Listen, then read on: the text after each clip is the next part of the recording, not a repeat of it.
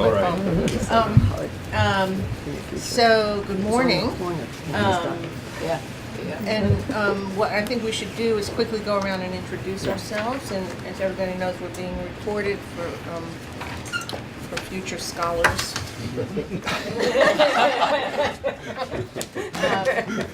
I'm Nancy Wagstein. I work at Fordham University.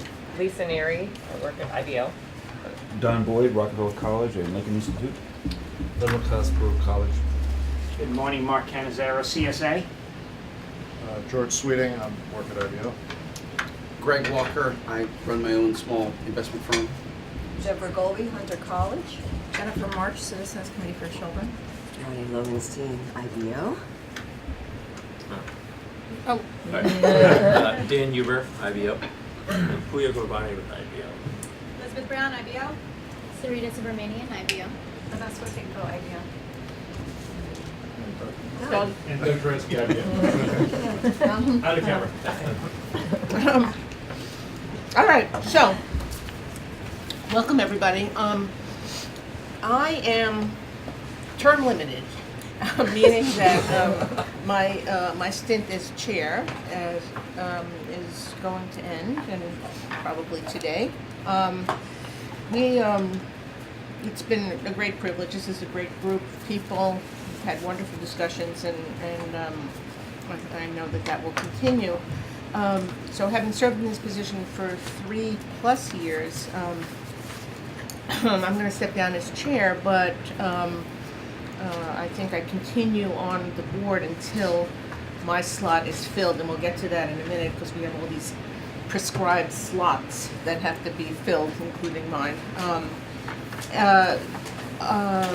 I had a conversation with Jennifer March, who is here, who is the Executive Director of Citizens Committee for Children.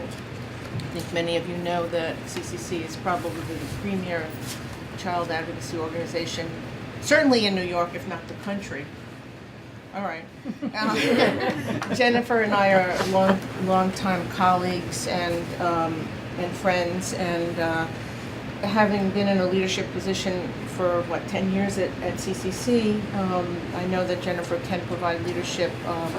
Knows how to lead a meeting, knows how to bring a group of people along towards consensus, and so I think she would make an excellent chair, and she has generously agreed to do so. A lot of responsibility attached, Jen. I know. Jennifer, before she was at Citizens Committee for Children, actually worked for the City Council's Finance Division.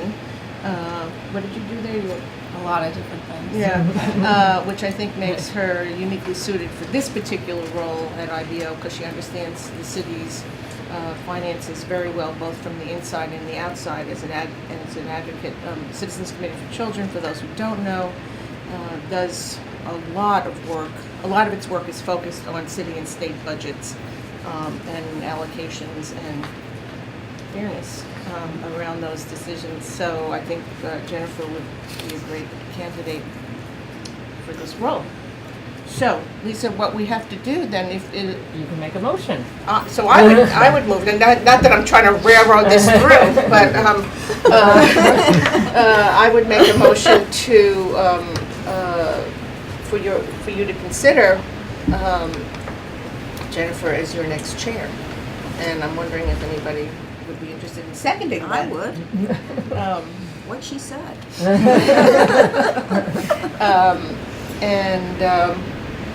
Is everybody ready to vote? Any comments? Ongoing narrative? No? Okay. So, all those in favor? Congratulations, Jen. Do you want to say anything? Thanks, I look forward to getting to know all of you better. Yeah.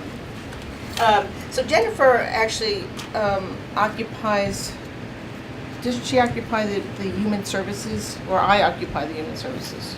You're in the Human Services. Okay. She is in the civic or public interest advocacy organization involved in budgetary matters. Okay. Okay. So, I'm gonna ask people because Deborah I know has to leave a little before 10, and we have a quorum. We have 6 of our 8 members here. We wanted to go into executive session now, so Right. that Can we do? a oh, couple what things? minutes? You want Yeah, us to can we approve? do minutes? All right. And then I think we have one other 1 thing. minute director's report. 1 minute director's report. Oh, okay. Sorry. I thought. All right. Sorry. Yes. So can we approve the minutes from? And the minutes are here, and they were sent out. All the From June. Second. Great. okay. All those in favor? Okay. Good. Great. Director's report. Okay, short and sweet, I'd like to welcome 2 new IBO employees. Vanessa, who we just met, is a budget and policy analyst, the newest budget and policy analyst on our education team. The first project she's going to be looking at is how best to use the Department of Education survey data.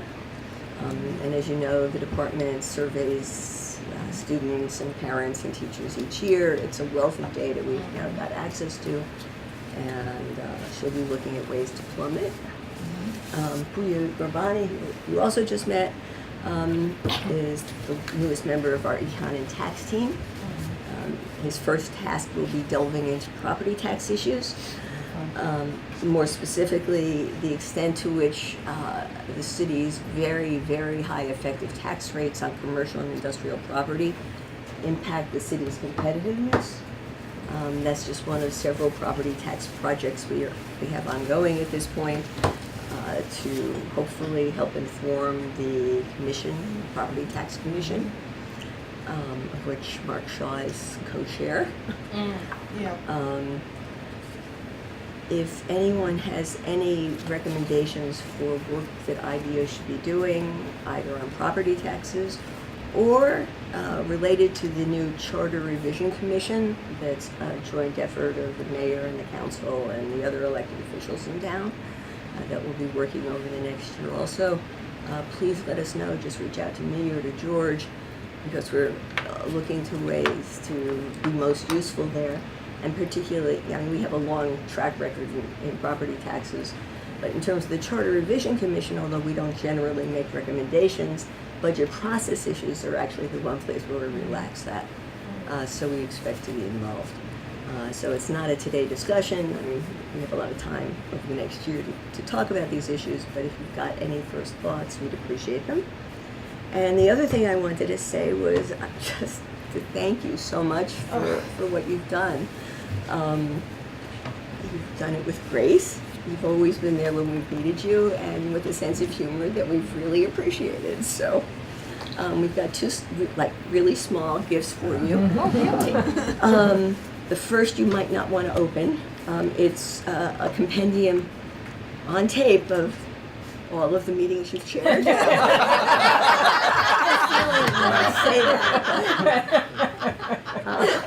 Wow. Riveting. Maybe I can post it on YouTube. Wow. Okay. And then really make such an impression, but yes. Okay, the other thing, we've got Nancy, lives in the same neighborhood as Lisa and I, and so we found one of our local favorite places. Enjoy. Thank you so much. Thank you. Thank you. Thank you.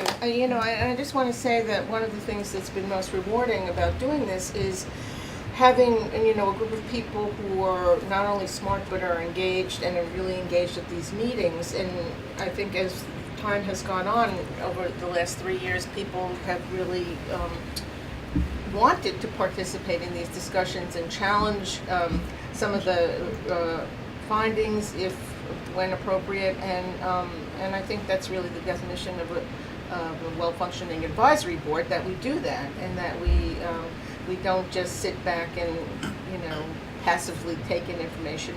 We actually try to weigh in on it, and so I hope that will continue.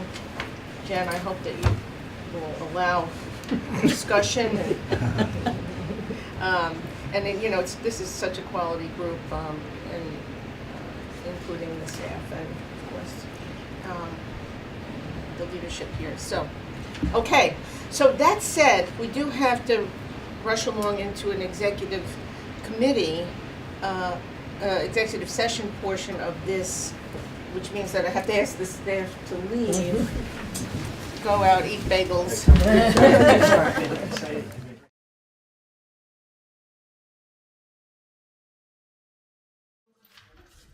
Is everybody,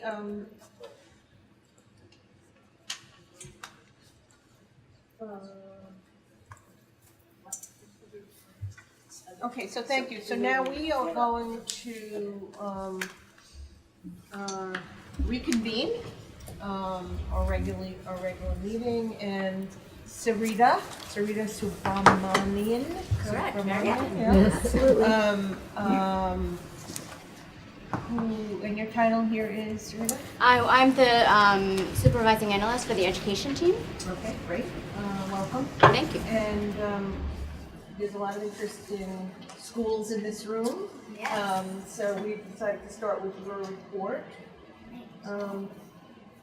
Go. Great. So really quickly, this isn't my report actually, it's Stephanie Cranes' report. She is on my team. She unfortunately couldn't be here today, so I'm presenting on her behalf, but I want to give her credit. So I will jump really quickly to the preview of our key findings. The first, I'm sorry, I didn't read the title. It is the socioeconomic status of New York City public middle schools. And I'm going to go into how we characterize that. So, but first, the neighborhoods that middle school students come from generally have lower socioeconomic status than the general city population as a whole. And also, students from neighborhoods with low socioeconomic status were concentrated in a small share of public middle schools, despite the fact that there is a school choice process available to middle school students. So that's background. Most studies that look at neighborhood effects measure them in terms of income. That's something that we have done in our own past research using median household income. In this study, we expand upon that and also incorporate the educational attainment of adults in the community that students come from, as well as the rate of violent crime. So we look at these three metrics independently and then also create a composite measure, taking all three into account, of the socioeconomic status of the student body in individual schools. So our sample is over 158,000 students in almost 280 public middle schools, which include traditional and charter schools, and serving grades 5 through 8. We wanted to focus on middle school for this analysis because students begin spending more time unsupervised in their neighborhoods, and we know that those neighborhood contexts affect academic outcomes. So that's why we wanted to focus on middle schools, and we focus on standalone middle schools in the city. For each student in our sample, we captured the socioeconomic characteristics of the census tract that they reside in. So we call the neighborhood, the neighborhood we refer to is the census tract that students reside in.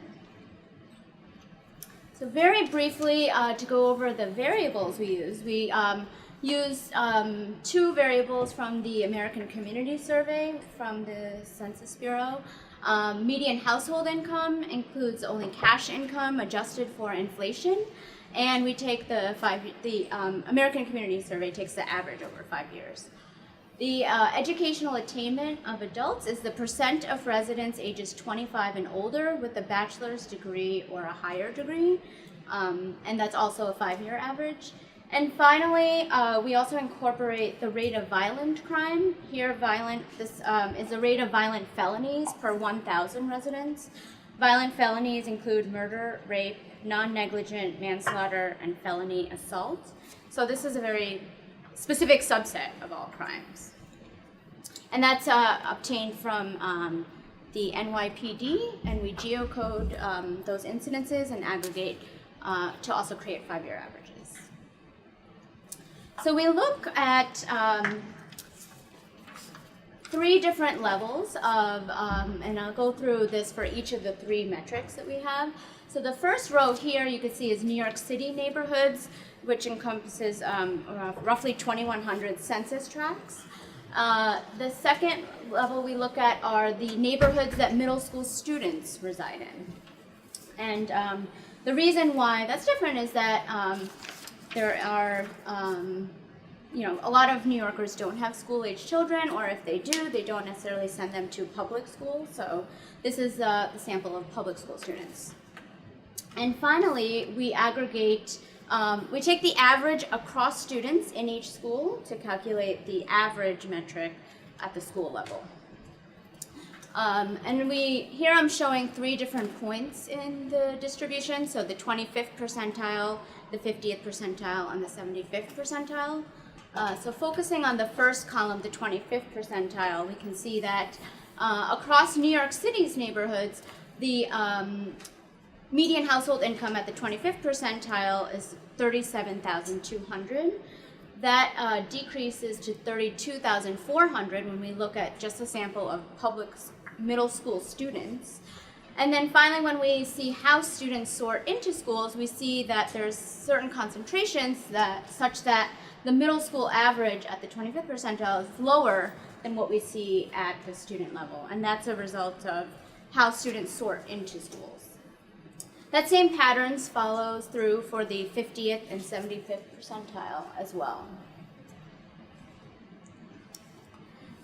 Next, looking at educational attainment of adults in the community, we see that at the 25th percentile for New York City neighborhoods, 19.3% of adults have a bachelor's degree or higher. That falls to 16.4% when we look at the middle school student level. And here, interestingly, we see that the average, when we look at the 25th percentile of schools, is more similar to what we see at the New York City neighborhood level, and that suggests that there is some mixing at the bottom end of the spectrum on this particular metric. Looking at the 50th and 75th percentile, we see similar trend to what we saw with median household income, where levels at the student level are below what we see at the neighborhood level, and levels at the school level are even below what we see at the student level, so that does suggest some concentration of students on the lower end of the spectrum. And finally, the rate of violent crime, we see pretty similar pattern to what we see for median household income, except in the opposite direction. That is, we see the lowest levels across New York City neighborhoods, and that increases as we move from students and then to schools, where we see actually pretty stark concentrations of students in schools. So using these 3 metrics, we considered a student's neighborhood as low socioeconomic status if it falls into at least one of the following 3 characteristics.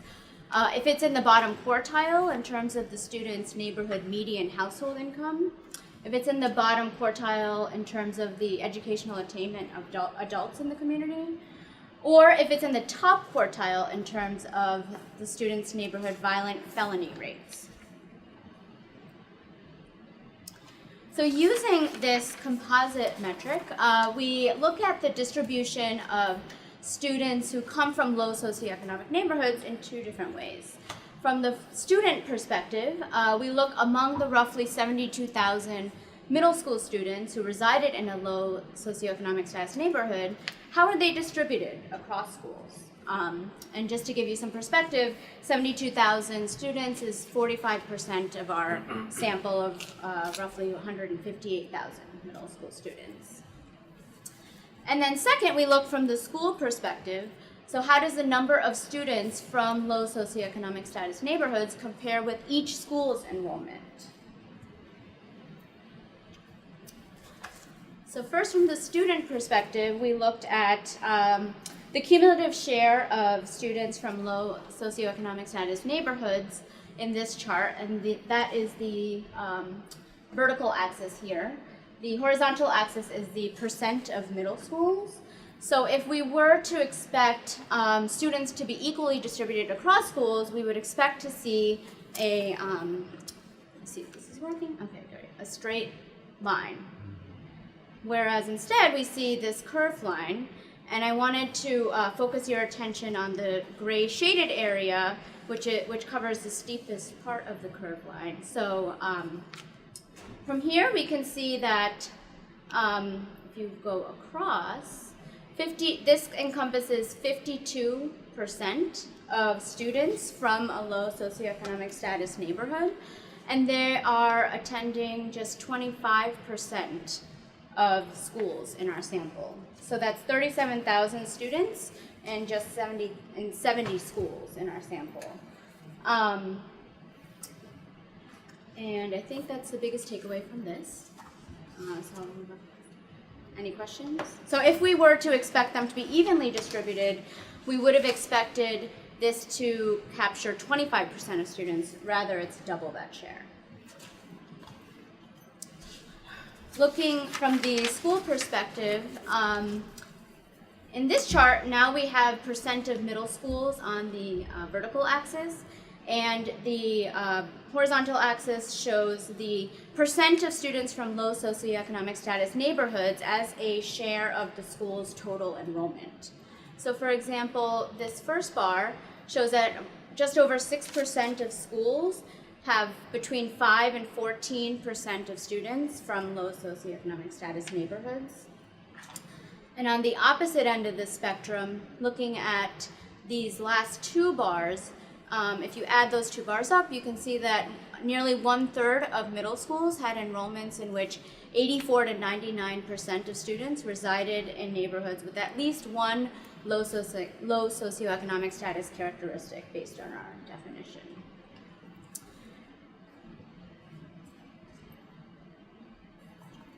So to summarize, the neighborhoods in which New York City public middle school students resided differed from neighborhoods from the city as a whole. A fraction of middle schools, 25%, serve more than half of all students from low socioeconomic status neighborhoods. And when looking at enrollment in each middle school, nearly 1/3 of middle schools had enrollments between 84 to 99% of students who resided in low socioeconomic status neighborhoods. That's it. Okay, that was a sprint. Yeah. Got a question on you. Question. Okay, never. Good. So, you only looked at freestanding middle schools. So Correct. other middle schools are attached to high schools or elementary schools. Right. And are they distributed the same way throughout the city? And So how we many did- students do they have? Yeah, so we did check, that was a question that the DOE asked as well.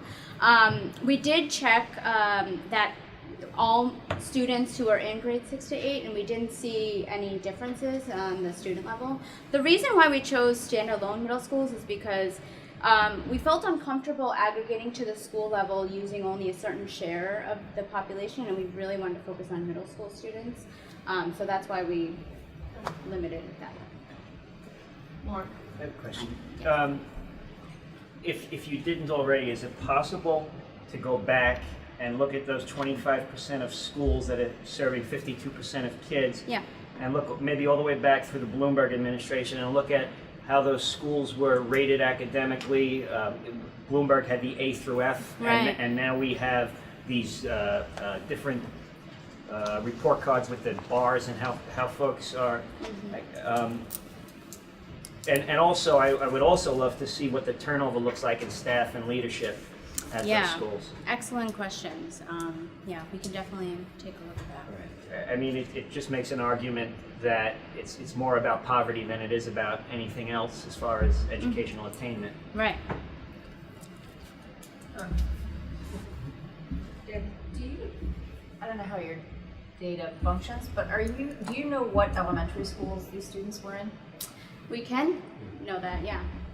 We haven't looked at that specifically, but yes. Jen, what's behind your question? Well, I'm more and more curious about economic and racial segregation in elementary and childcare and how that impacts middle and high school. Yeah. It's definitely something we're interested in looking at sort of from a social network perspective of, you know, feeders from elementary to middle to high. Right. So that is something we're looking into.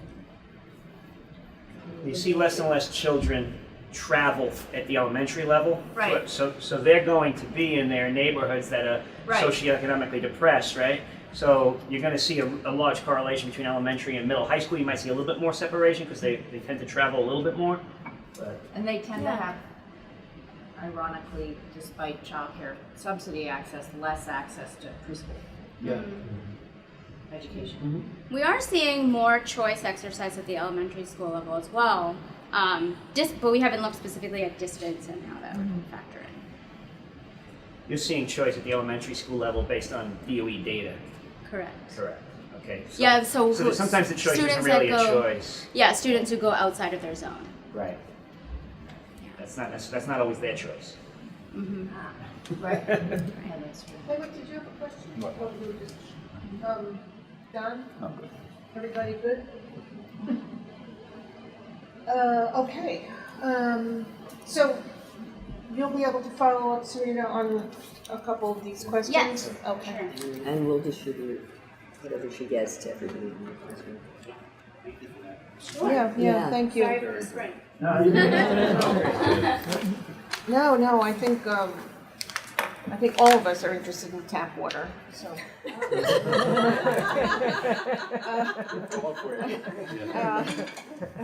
So, David, just a heads up, we have to stop at 10, so we may not get yours, but we'll.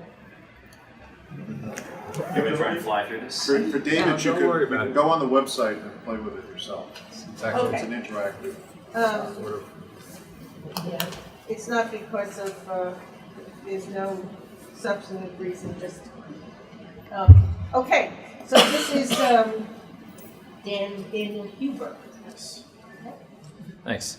So IBO has recently released a report on the prevalence of at-the-tap lead contamination in the city's drinking water. We use Department of Environmental Protection data to look at what kind of homes are most at risk and the trends in contamination over time. This is not a request. The motivation was that I actually found some lead in my tap water, my old apartment, so decided to look into it. So first of all, key findings. Things are. Is that good? Oh. How did you find the lead? I ordered a free residential lead testing kit that the Department of Environmental Protection provides. You can order them from 311, and you send it out, and they send your results back. And I was in an older building, so I took a look. His presentation will make clear which of us should actually. Yes. Yeah. So overall, the good news is that lead levels have declined in taps since the early 90s. There's still higher rates in especially some smaller and older buildings. The neighborhoods with a high concentration of those types of buildings are at greater risk. And there are gaps in the regulatory framework. The first is that we don't really know the scale of the problem because, in a given year, a few thousand of these tests are ordered by the public that are just interested, and they're not equally spread around the city, so we're not really clear on how big the problem is. And the second is that there's no individual household standard for lead. There's only sort of a broad citywide standard. So an individual home could have flakes of lead coming out of its faucet, and it's not breaking any regulation or law. So the regulation, when the water leaves the public infrastructure, so when it leaves the water main, the water is entirely lead-free. There's none in the reservoirs, there's none anywhere all the way through the system. It's all from private pipes that occur in the service line between the water main and the house, and from plumbing and fixings inside the house. So the largest contributor is lead service lines, and those were banned in 1961. Previously, small homes with a 2-inch diameter service line that could be made of lead, but after 1961, that was outlawed. The lead solder and fixings inside the house, those were banned in 1991. There's a little bit of lead allowed in them, but that's been progressively dropped over time since then. However, none of these regulations cover any existing service line or any existing plumbing. So if it's been there and it was built that way, it was allowed to continue. And the only way that you would have to replace some of this is if you damage a lead service line. They say you can't fix it. You got to put in a brand new one. So how do we monitor lead? So the EPA sets the action level at 15 parts per billion in water. This is set on the basis of public health, and also not on the basis of public health. This is just a standard that they picked based on the cost and the feasibility of control technology. The control technology is DEP adds some chemicals at the treatment plants that reduce the leaching rate in individual pipes. So if more than 10%, if DEP measure, they have a group of people they measure every year, and if more than 10% of those people have lead above the 15 parts per billion level, then the city is out of compliance and they might have to do something like a public education campaign or adjust the chemical balance. But this 15 parts per billion standard does not apply to individual homes. And that's what I was mentioning before, that so long as 9 of your neighbors have good water, it doesn't matter how much lead is in your water. So to sort of wrap that up, it's kind of an interesting situation where there's kind of broad regulation citywide, and DEP is the only entity responsible for anything.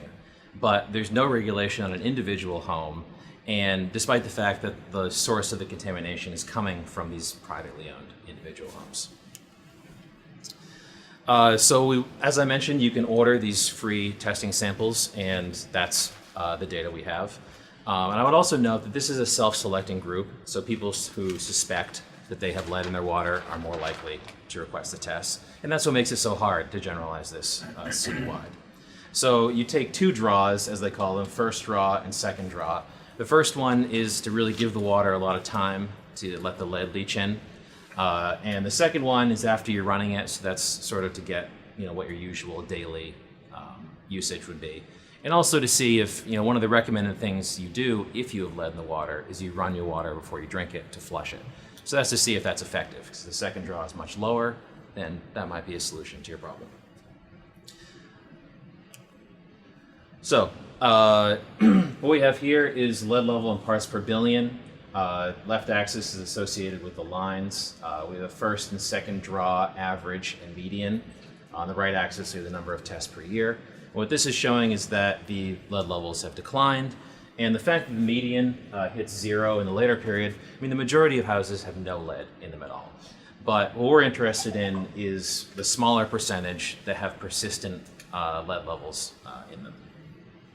And you can see a lot of variability in the number of tests per year, and that's basically because when lead's in the news, people order more, and then it goes out of the news, and everyone forgets about it and ignores it. So similarly, this is the percentage of tests that are above the action level. This is the action level right here.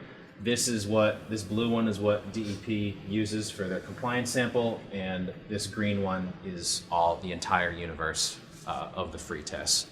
So you can see during the 90s, the city was implementing that chemical treatment, so the lead levels came down quickly, and then since then, you sort of had a persistent, small percentage of buildings that have lead levels above the action level. So what types of buildings are most at risk? So this is building square feet and the percentage of tests that are above the action level. So you can see that these smaller buildings, and those are the ones that could potentially have the 2-inch small service line, are much more affected. And over here, this is the percentage of tests associated with the line and the housing age. And the highest rates are houses that were built in the 20s and 30s. And also, it's unfortunate, but New York City has a lot of houses that were built in that era. As you can see, the large number of tests with the right axis come from that high-risk zone.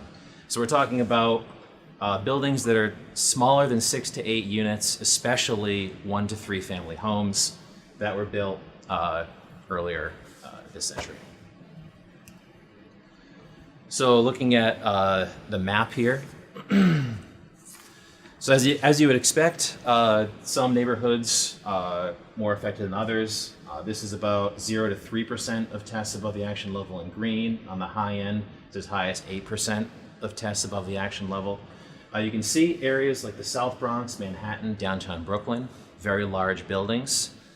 So they have much lower rates, whereas areas like Staten Island with a lot of single-family homes have the highest rates. Obviously, new construction has no lead in it as well, so if you get a lot of turnover over time, that can also fix the lead problem. So, the gaps in policy. I want to first say that the city is fully in compliance with the regulation, but the regulation is only broad, and there's a persistent, number of households that can still have lead in their water. There's no standard for individual households. So as I mentioned, if you're a tenant, you have lead in your water, there's no recourse for you with your landlord. They're not even required to tell you if there's lead in the water, no matter what the level is. The scale of the problem is unclear. The city doesn't know where all the lead service lines. Many other cities, like Providence and all kinds of other ones, have mapped all their service lines. New York has not. And the only data we have is from these voluntary tests that people take that we know are biased. However, many of these gaps are currently proposed to be filled in legislation that the City Council has brought up, including mapping the service lines, creating a lead standard for individual homes in the city's water, requiring landlords to test their water, and provide filtration if the apartment does not have clean water. What about New York City Housing Authority? Do they operate under a different standard than privately owned housing? There is no standard. If the only standard is the compliance pool the Department of Environmental Protection has, and if their pool of several hundred testers, if less than 10% of them have lead above the action level, then the entire city is considered to be compliant. So I would say that NYCHA, those are very large buildings, so they don't have the lead service lines. So the biggest risk factor they don't have. The only possibility there is potentially some lead fixings or solder in some of the old pipes internally. There were a few tests from NYCHA that were in my sample, but not really enough to draw any conclusions, and I wasn't specifically looking into NYCHA. It should be lower risk based on the type of buildings they are, but. Do you have access to Medicaid claims data? It's a good question. Because I'm wondering, like in well baby visits, you have lead testing at different points in time.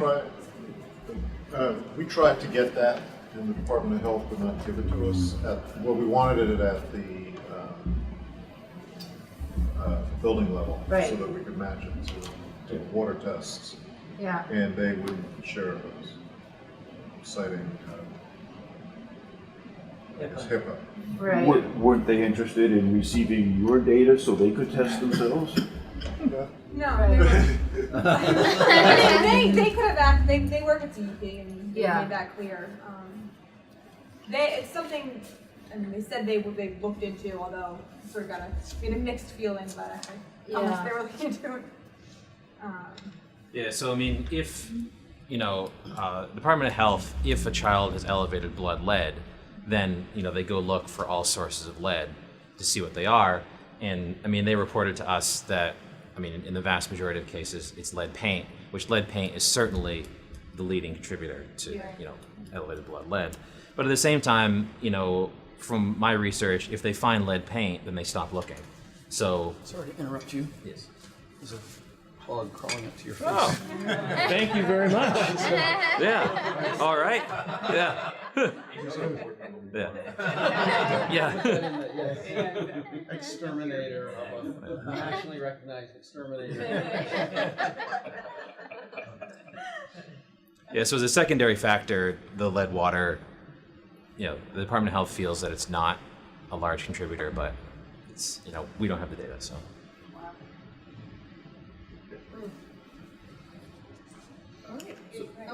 Well, if you want to order a lead test, that's where you get one. But there is no recourse if you find it other than Move. fixing it. Moves out.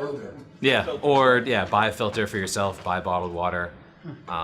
Or you could just decide that you're not going to worry about it if you don't have small children. Just run your tap a long time. Yeah. And then similarly, if you're a homeowner and there's no incentive program or any help if you can't afford to replace your pipes as well, those people are stuck. If you sell your home, you have to inform the buyer that you have a lead problem. But if you're a renter, there's no requirement that anything is done. So you know, but you can't do anything. Selling, don't order a kid. Yeah. Right, you don't want to find out. Replacing a service line is not cheap either. It's like $5,000. Major excavation in the street. All right, any other comments, questions? I think since we're just about it, yeah. Can I just make one suggestion? David, could you just show them the Wayback Machine and how it works? The Wayback Machine. Just as an ad to go look at the numbers. We've never done anything like this before. And it allows you to time travel. 1929. That's so cool. Exactly. 1929, wow. It's part of the much larger research that is done on tax effort. I may have to do the bye-bye birdie version of this, with the speeded up. Yeah, but all right, I'll just show you the picture. Okay. Somebody pass me the thing. Greg, can you pass me that? So there's, if you go on the website here, David. It doesn't look exactly like that. It's kind of a donut look on the website. But the idea here was we've got a study of tax effort in New York's fiscal history, and then as a spin-off from that, we've got the tax mix thing in New York by the numbers. And I would say if you want to scroll back to what you can do here is just run it all the way back and up and so forth, and you can see how the tax mix changed. And the pitch around that is that the city has gone from a tax system which is pretty typical of localities, which is initially all property and then all property and some sales, to a tax mix today which is very unique, with lots of income taxes, business income taxes, real estate related taxes. This is given the city a very different look in terms of we've got a set of taxes that are very cyclically sensitive. They take off in booms and they crash in recessions, which other cities don't deal with. But we've also got a property tax which has got all these lags built into it, so it's sort of counter-cyclical. These are all different stories. We mentioned your property tax commercial burden, and one thing I would say in terms of what we've got now is aside from that heavy burden of commercial property taxes, where our property tax is still about 45% of the city's tax mix, a lot of these other taxes, the business income taxes and a big chunk of the real estate related taxes, are also falling on those same businesses. So, and again, when those taxes crash in a recession because businesses are not earning profits, the property tax is still churning out. So there's a whole story around these tax mix changes and its implications for conducting city fiscal policy. So that in the 2 seconds remaining, I would just say, go look at the tax mix link, and more than that, if you look at why don't you do the T4? Just a real quick question. Why from 2000 F4. to 2017 did the property tax, after going from 95% down to 35%, go back up to 45%? Yeah, that was one of the things we were going to discuss if we had time. It's a change. The property tax has it's partly a function of that since the 2008 crisis, that the property tax, where the income tax did crash. Since then, the property tax has just grown a lot faster. I guess the assessments have been piling in. It's the values. It's the values. So they didn't cut the rate. So it's and they didn't cut the rate, which they had increased in the recession. So there are a bunch of things that are different about this current expansion. And the underlying, this is the tax effort. This is taking all these tax numbers and putting them up against the measure of this kind of a rough measure of the city's economy or tax capacity. And you can again see that we're in a place now where we've got a pretty high plateau over the past couple of decades in terms of how much the city's drawing on its economy in terms of taxes. And again, part of that is what you asked about, is that the property tax is behaving differently. The income taxes have still grown pretty steadily, although not outrageously in the current expansion, maybe because this current expansion is not as driven by finance and real estate as the earlier ones were. But the property taxes, it seems to be another regime, and that's part of all the stuff we're looking at with that. Well, I would suggest that at the next meeting, Jen, if you want to, continue this conversation, I think, people are interested, you certainly can do that. I don't want to speak for the next chair, But we encourage you to take a look at it because we've never done one of these before, and it's kind of fun to play with. Thank you, David. All right. Thank you, David. Sorry for the short. Anyway, so do I hear a motion to adjourn? If there are no further comments, thank you, everyone. And I may or may not see you at the next meeting, depending what our somebody's stepping up. But thank you. Thank